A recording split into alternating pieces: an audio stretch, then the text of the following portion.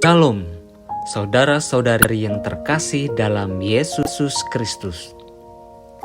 Inilah Injil suci menurut Lukas. Ketika orang banyak berbondong-bondong datang, yaitu orang-orang yang dari kota ke kota menggabungkan diri kepada Yesus, berkatalah Yesus dalam suatu perumpamaan. Adalah seorang penabur keluar untuk menaburkan benihnya. Pada waktu ia menabur, sebagian benih itu jatuh di pinggir jalan, lalu diinjak orang dan burung-burung di udara memakannya sampai habis. Sebagian jatuh di tanah yang berbatu-batu, dan setelah tumbuh ia menjadi kering karena tidak mendapatkan air. Sebagian lagi jatuh di tengah semak berduri, dan semak itu tumbuh bersama-sama dan menghimpitnya sampai mati. Dan sebagian jatuh di tanah yang baik, dan setelah tumbuh berbuah 100 kali lipat. Setelah berkata demikian, Yesus berseru, "Siapa mempunyai telinga untuk mendengar, hendaklah ia mendengar." Murid-muridnya bertanya kepadanya, "Apa maksud perumpamaan itu?" Lalu Yesus menjawab, "Kepadamu diberi karunia untuk mengetahui rahasia kerajaan Allah. Tetapi kepada orang-orang lain hal itu diberitakan dalam perumpamaan, supaya sekalipun memandang, mereka tidak melihat, dan sekalipun mendengar, mereka tidak mengerti." Inilah arti perumpamaan itu. Benih itu ialah firman Allah. Yang jatuh di pinggir jalan itu ialah orang yang telah mendengarkannya. Kemudian datanglah iblis lalu mengambil firman itu dari dalam hati mereka, supaya mereka jangan percaya dan diselamatkan. Yang jatuh di tanah berbatu-batu itu ialah orang yang mendengar firman Tuhan, menerimanya dengan gembira, tetapi mereka tidak berakar. Mereka percaya sebentar saja, dan dalam masa pencobaan mereka murtad.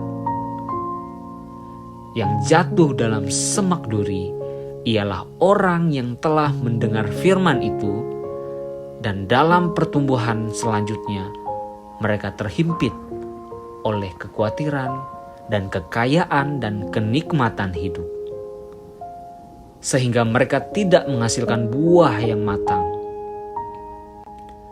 Yang jatuh di tanah yang baik itu ialah orang yang setelah mendengarkan firman itu menyimpannya dalam hati yang baik dan mengeluarkan buah dalam ketekunan.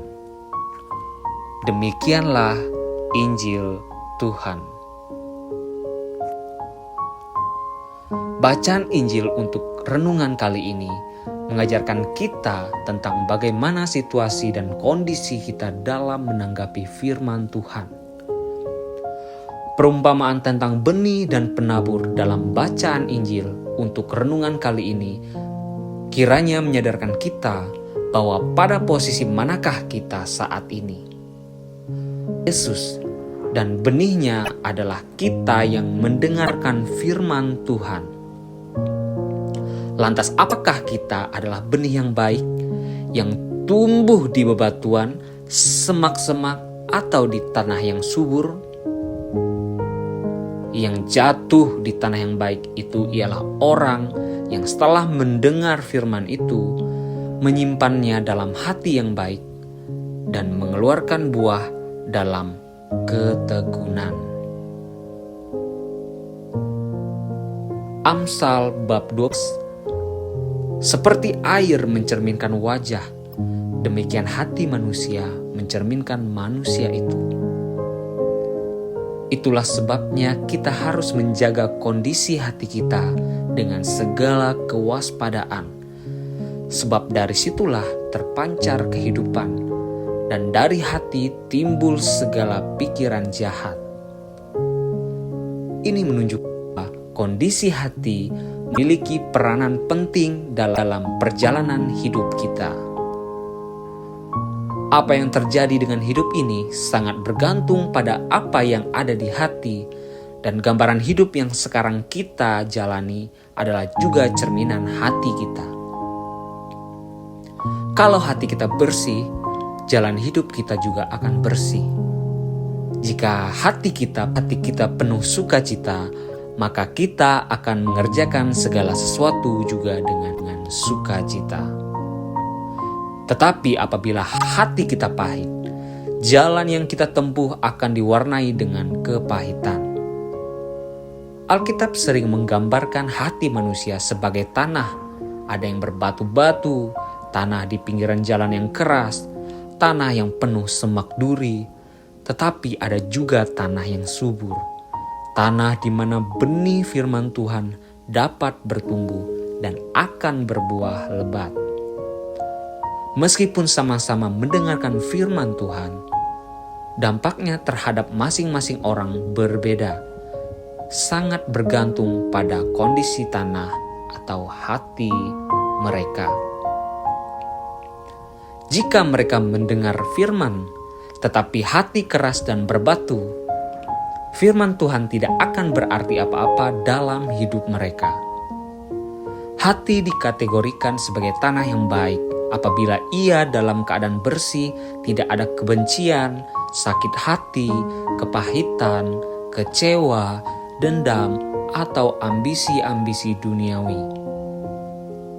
Sekalipun kita rajin datang ke ibadah dan mendengarkan khotbah berkali-kali, tetapi jika hati kita belum beres dari hal-hal tersebut, maka firman Tuhan itu tidak akan berdampak dalam hidup kita.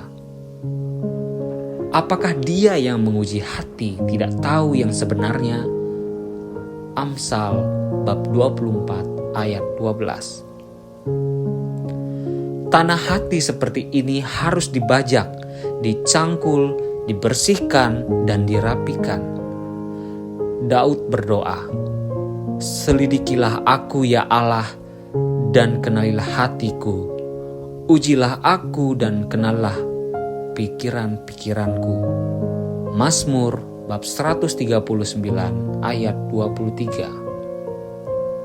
Bacaan Injil kali ini sebagai renungan dalam menanggapi firman Tuhan, kiranya senantiasa mengokohkan iman dan diteguhkan hati kita semua. Terima kasih, Tuhan Yesus memberkati. Amin.